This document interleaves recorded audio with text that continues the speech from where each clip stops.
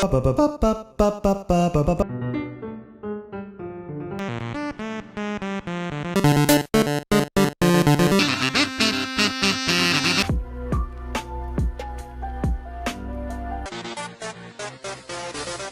all know this song, right? If the internet memes didn't beat you over the head with it, I'm sure you've heard it in a YouTube video somewhere. Undertale became an internet sensation upon its release back in 2015, with the iconic Battle of Sands being a huge deal among players and streamers at the time. Oh, we did it! Oh, determination! We'll do it! Whoa! Determination! In that time, viewers and players alike got very familiar with this tune. But where did this cultural phenomenon of a song come from? Teach me. The song's name, Megalovania, was directly inspired by another epic boss song from a lesser-known JRPG from the early 90s. Live Alive? Wrong. Live Alive? Wrong. Wait, I got it. Live Avil. Wrong. Alright, so it's confirmed that this is pronounced Live Alive. McGroove from the future here. It's actually pronounced Live Alive, but I don't feel like going back and changing my 6,000 word script. So just pretend I was right the whole time. Alright, cool, bye. So this video is not exactly about how this game inspired Toby Fox to make his song. Man, this is some bullshit! But we will get back to him later. It's a hidden gem among Super Famicom games. Live Alive was released in 1994 in Japan only. It was quite an ambitious project for its time, telling its story throughout several different eras, each with a unique protagonist embarking on a self-contained story. Trap. It was published by the legendary Squaresoft of Final Fantasy fame, with Takashi Tokita as the director of the project. If you're not familiar with Tokita-san, he would go on to be one of the 3 major directors in a little title known as Chrono Trigger. Yeah. So that happened a year after this game's release. It would be Tokita's first breakout role as a director. Seeing as he was mostly a graphics specialist before the titles like Final Fantasy IV, he had difficulty assuming the director role, but wanted to bring forth ideas to push RPGs a step further. Taking the lead on programming for Live Alive was Fumiaki Fuyaka, who would go on to be the lead programmer for another little title, Super Mario RPG Legend of the Seven Stars in 1996. Tokita wanted to tell multiple stories within one game, so Squaresoft had character designs for 7 different scenarios, drafted by several manga artists to give each protagonist their unique flair. The result was a caveman, a martial arts master, a trainee ninja, Believe it! a cowboy, a wrestler, a mecha pilot, and a robot assistant on a spaceship in the far future. Are you still with me? Wake up! Yes, sir. Wake up! Yes, sir. So while these characters have absolutely nothing in common, each of their stories involves defeating the incarnations of an ancient evil that seeks to take control of the world across different time periods. You can play these scenarios in any order, but I recommend the chronological approach so you're not hopping around timelines McGroove style the whole time.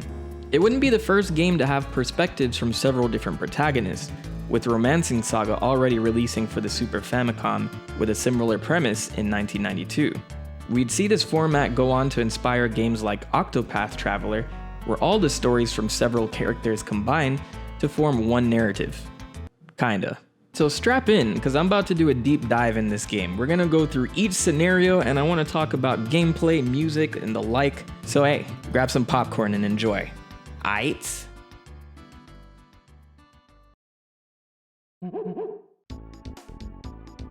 Our game chronologically begins with Pogo, a caveman with his horny gorilla best friend who hunts for meat and chills all day.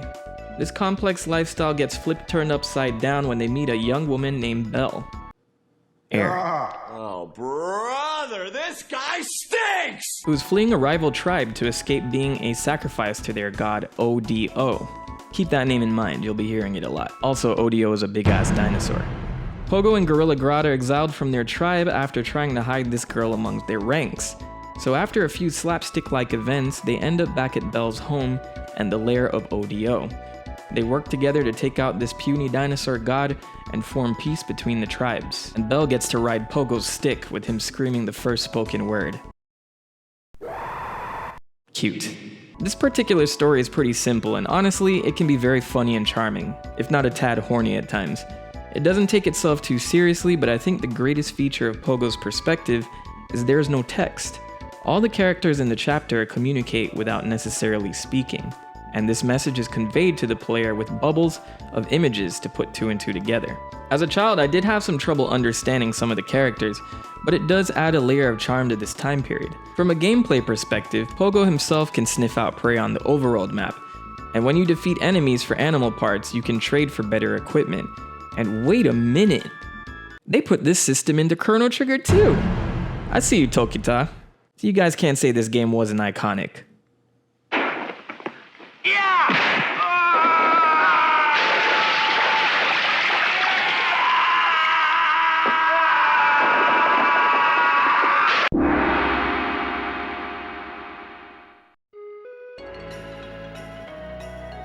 Now we're in the next chapter in the timeline, known as Inheritance.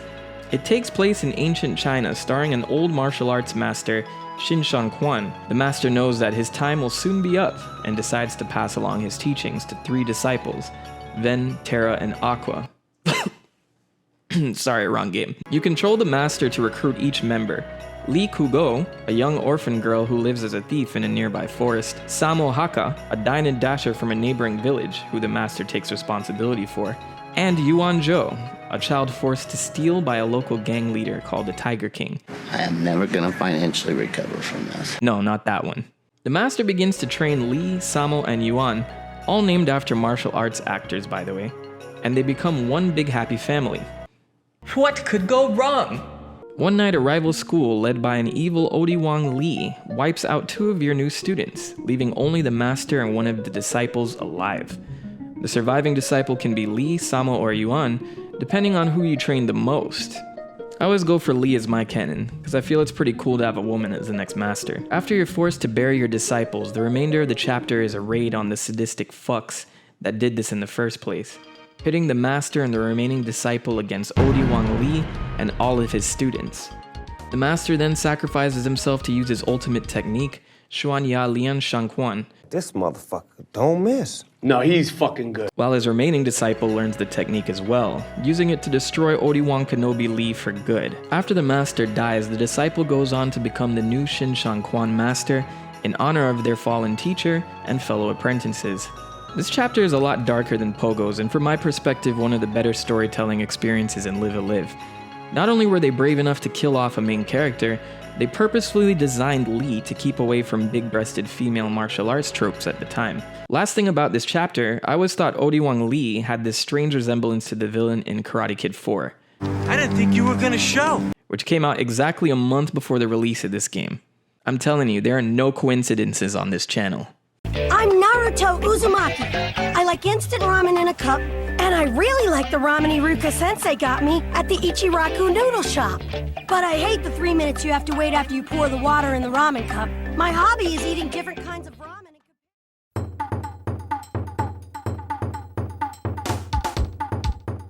Next up is Feudal Japan with the chapter Secret Orders. You play as a trainee ninja Oboromaru, who is sent on a mission to rescue a VIP and assassinate the captor Ode-Iyo, a daimyo who is using an agreement with demonic forces to conquer Japan. This is literally Onimusha before Onimusha. I love that game though. The character designs were drawn by Gosho Aoyama, who is famous for the Detective Conan series. They even had the idea to base the antagonist, Ode-Iyo, off the famous Japanese warlord Nobunaga Oda, who is just straight up the bad guy in Onimusha, let's be real. The setup of this chapter is a little different than the preceding ones, with the gameplay exclusively taking place in Ode-Iyo's palace. You have the option to play this the pacifist route or the genocide route.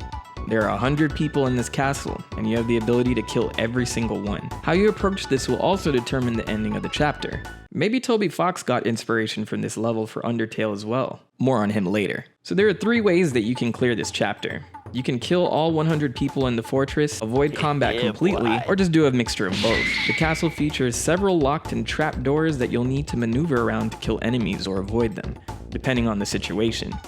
You can even get a cloak of invisibility to hide from enemies, and if you get caught, the run button is always there as well. But we'll talk more about the battle system a little later.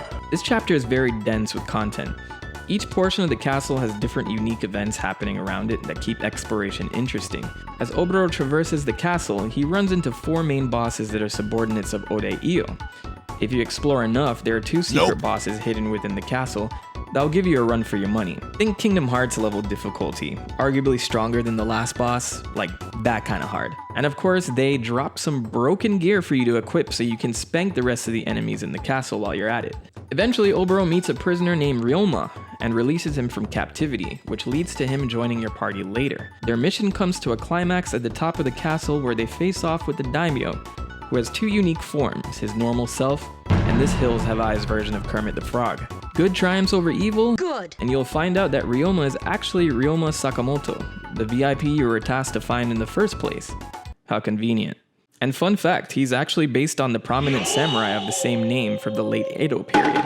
At the very end of the chapter, you can choose whether you want to join Ryoma or refuse the offer, and the cutscenes will change slightly, with Oboro protecting Ryoma from an assassin if you choose to join him. We'll say the canon ending is with Oboro and Ryoma going separate ways, seeing as the real-life Ryoma was assassinated in 1867.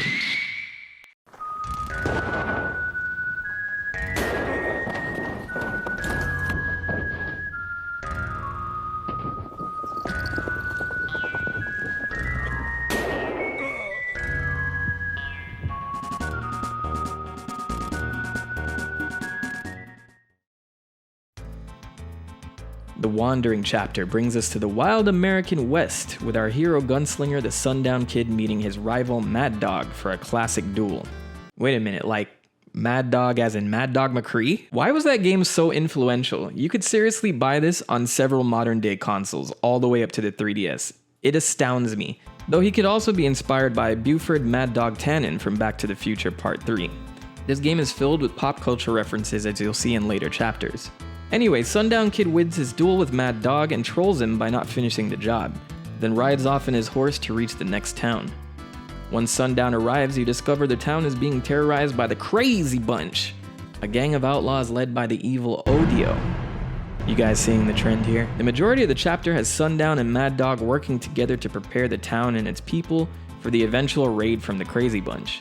Now this is where the chapter mechanics come in. You gotta search the town for supplies that can be used as traps, and give them to specific town people to set them up before time's up.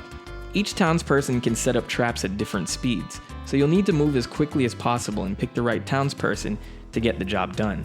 So essentially this is Home Alone, Wild West edition, featuring Macaulay Culkin as Sundown. Anyway, this all boils over to the arrival of the Crazy Bunch, and the more traps that were set successfully, the more the gang is shaved off, which leads to a battle with Odio himself. And setting all the traps is worth it because you can see a cutscene of every single one of them going off. You can, of course, challenge yourself and do this chapter with no traps, and fight all 14 gang members all at once. But I wouldn't advise. There's no reward for this except some props from me. So get this, once you defeat Odio, he turns into a horse.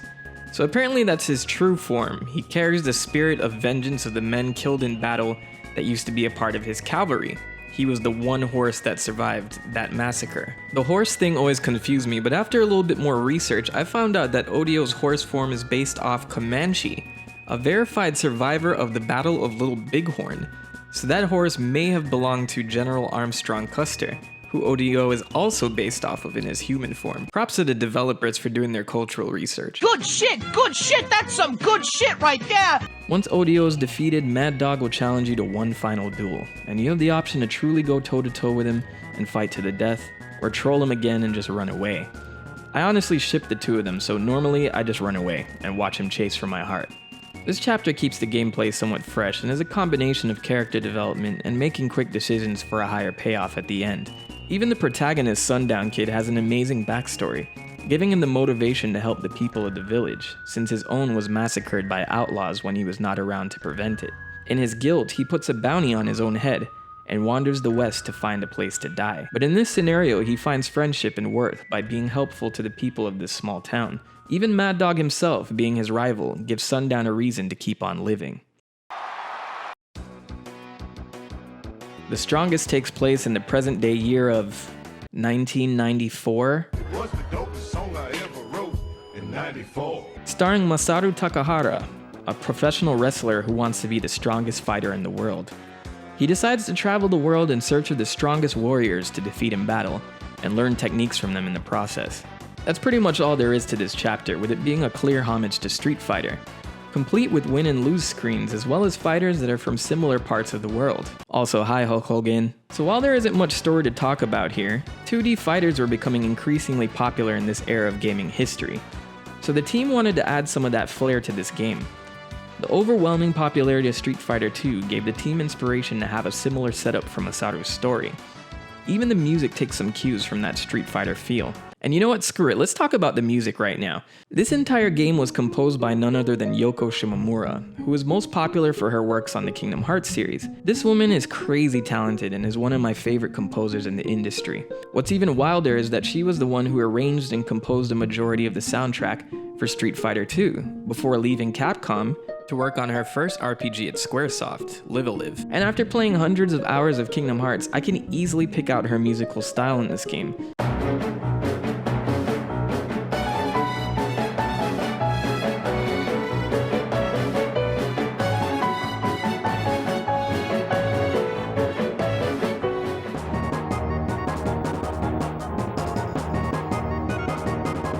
The main boss song of this game is titled Megalomania. Our boy Toby Fox of Undertale fame originally wanted to use this song for his final boss in his Earthbound Halloween hack.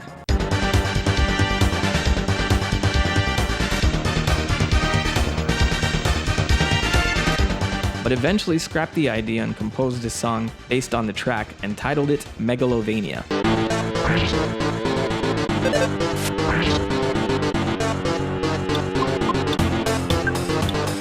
The song would go on to gain immense popularity from its use in Undertale as well, and while they have completely different melodies, the same grandiose, epic, battle-y final boss feel of the track rings true, with Megalomania being one of my favorite boss battle tracks of all time. The track would even later be released as DLC for the 2015 Final Fantasy rhythm game, Theatrhythm Final Fantasy Curtain Call.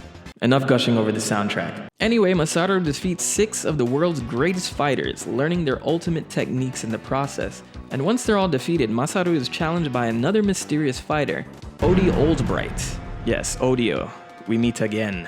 Before they fight it out to determine who's the strongest, they share their ideas of the meaning of true strength. Odie here believes that means taking the life of any who oppose him. And in a morbid twist, he tells Masaru that he murdered all 6 warriors that were fought during the chapter. An angry Masaru takes on Odie in the final fight and uses the strength of the techniques he'd learned from his opponents to strike him down, earning this title of the strongest with it. Funny enough, in the ending sequence, you can see a shadow of someone that seeks to challenge Masaru after, and I can't help but think that's Sagat. His hand to mine glows with an awesome power! Its burning grip tells me to defeat you! Take this! My love, my anger, and all of my sorrow! Go!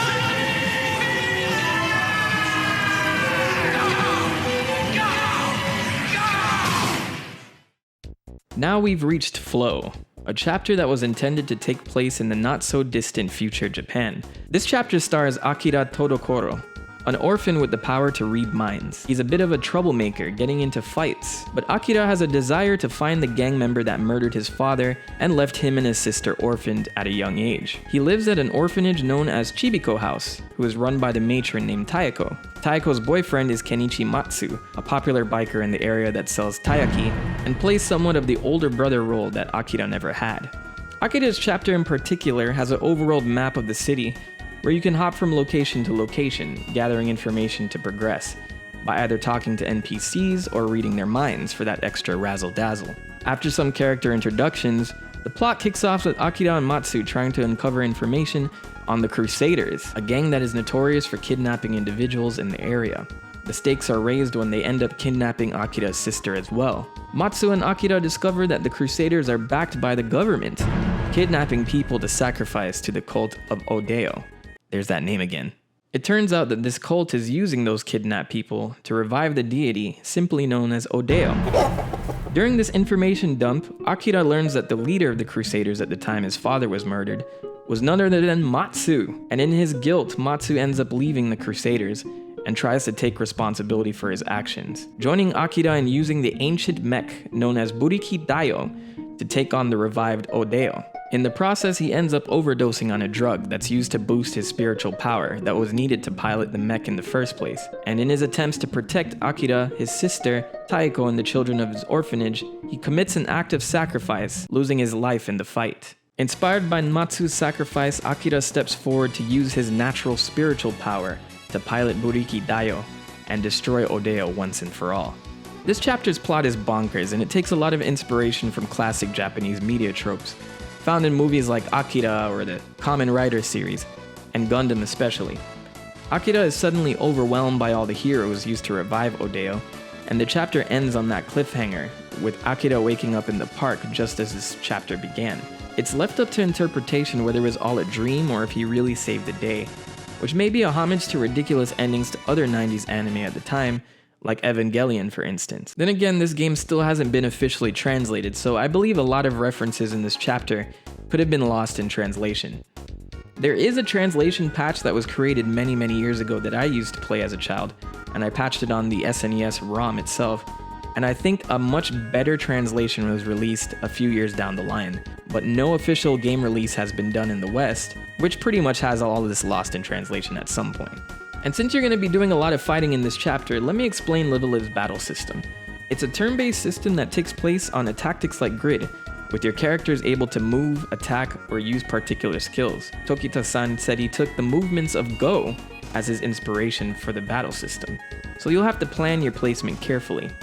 Some of your skills can even change the terrain on the map and create hazardous terrain like poison or fire, or even tiles that heal characters that stand on them.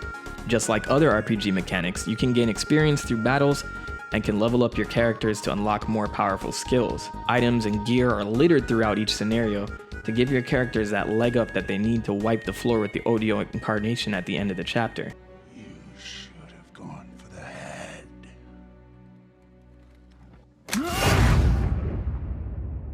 The battle system isn't too complex, and I honestly think that the narrative and unique gameplay mechanics in each chapter give Live A Live the flair that makes it stand out among other RPGs at the time. But I must say I really like the aesthetic of the battle sprites, even if the enemies kinda awkwardly ice skate around when it's their turn to attack. Open the pod bay doors, Hal. I'm sorry, Dave. I'm afraid I can't do that. What's the problem? I think you know what the problem is just as well as I do. Now we find ourselves in the distant future, our last main scenario's mechanical heart, taking place aboard a cargo spaceship known as Cognito Ergosum. The crew of this ship is returning to Earth with a dangerous alien aboard known as the Behemoth. And yes, this chapter takes a ton of inspiration from Alien, but more on that in a second. The mechanic of this ship, Kato, is the creator of our chapter's protagonist, a spherical robot named Cube. Cube is meant to be a helper aboard the ship, starting off with basic tasks like making coffee for the crew. As you assume the role of Cube, you get to know the rest of the ship's crew a little bit better. You have the ship's assistant Huey, Rachel, the communications officer, Corporal Darth, a military guest on the ship, Kirk, the ship's pilot, and Hole, the captain. But as with any spaceship with a dangerous alien on board, things start to go terribly wrong. And there were a lot of fatalities. The ship's communication antenna suddenly breaks, which requires Kirk and Kato to head outside the ship to repair it. Of course, during the repairs, Kirk's life support fails and he dies, putting the crew in a state of panic. Rachel, in her shock, begins to blame Huey for the accident, suspecting he was the imposter. Suspecting he sabotaged the suit out of jealousy due to the current fling she and Kirk had. That sounds like a totally fair accusation, Rachel. To add more drama to the situation, the Behemoth escapes from its holding cell and begins to wander around the ship.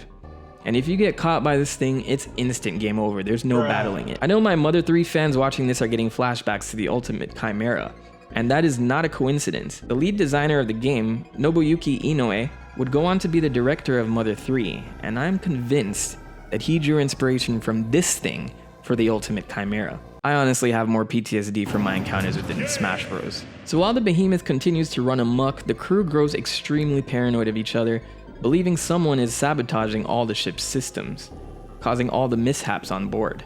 Rachel gets injured by the Behemoth, and Huey dies trying to protect her in his last act of love. Kato decides to put Rachel in cold sleep to sleep off her injuries, I guess, while Cube just sits there and observes the drama and is thankful he's born human.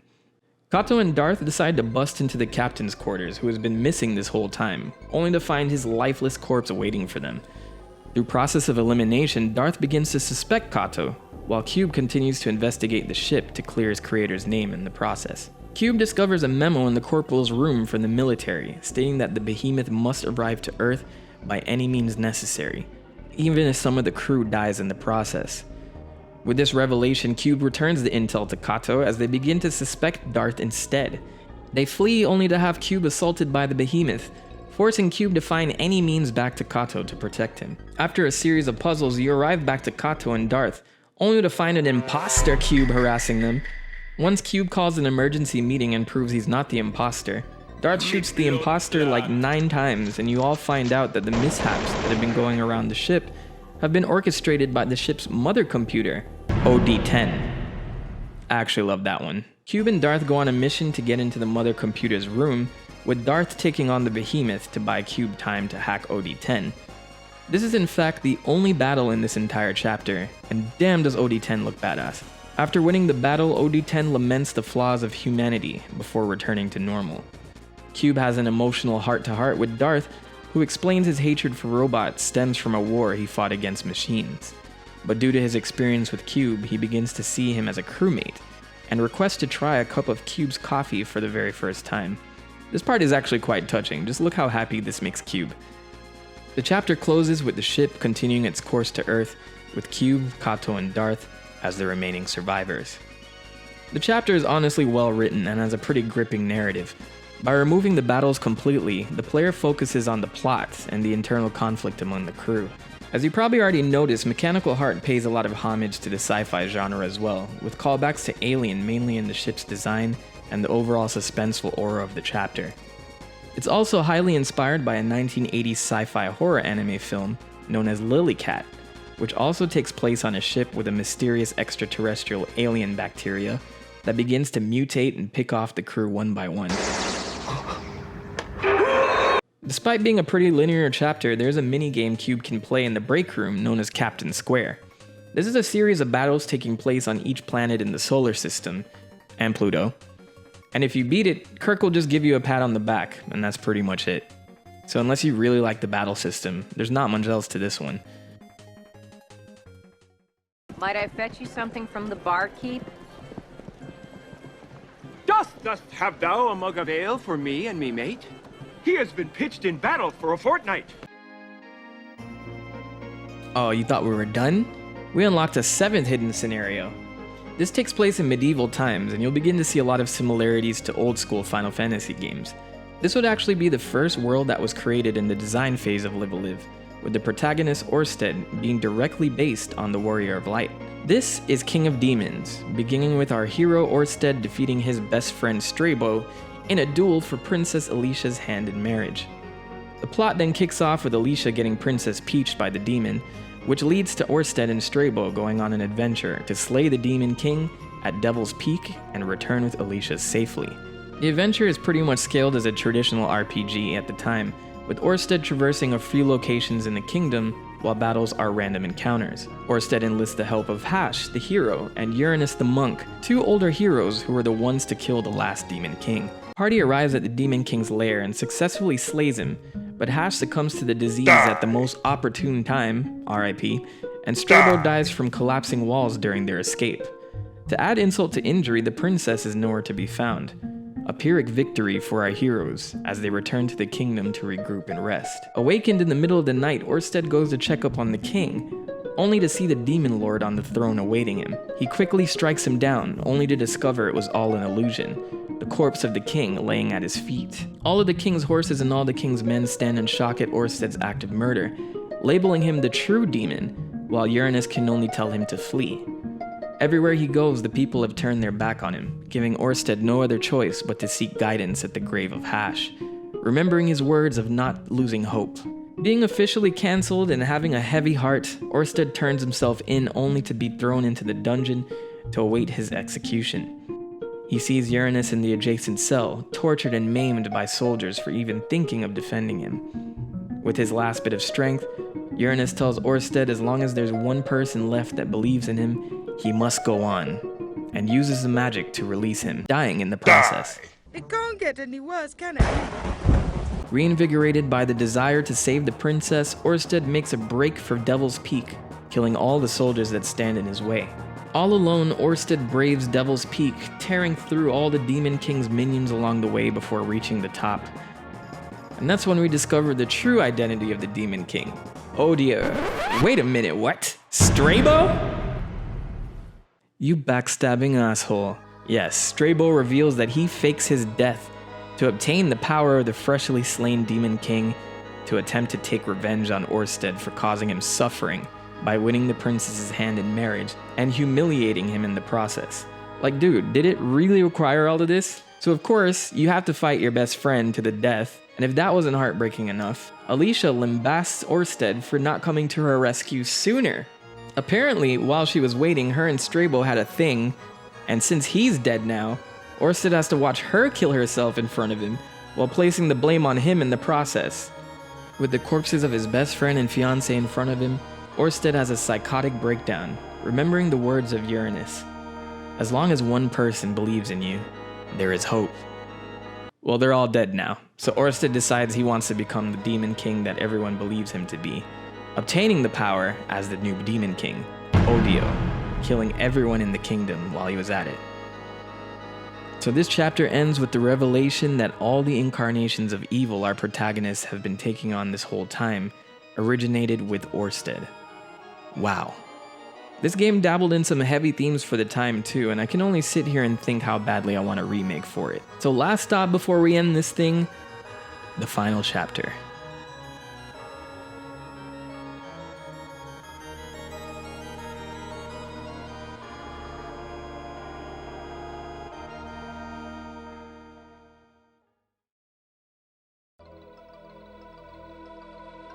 So assuming Orsted was watching our heroes take on his incarnations through time, he summons them all to his time for the final battle.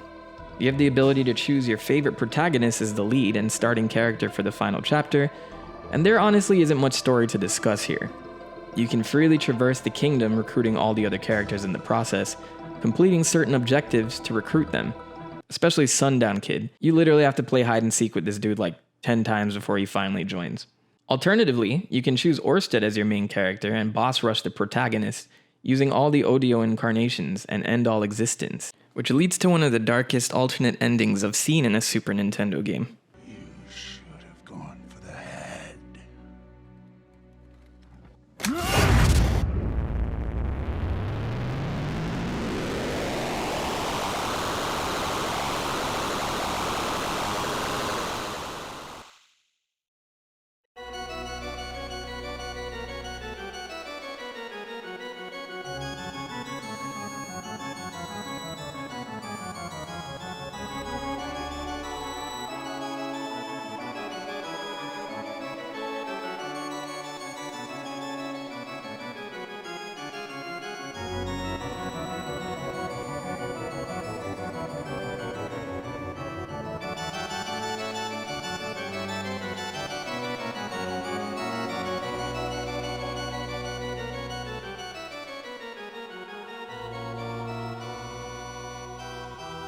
But that's no fun.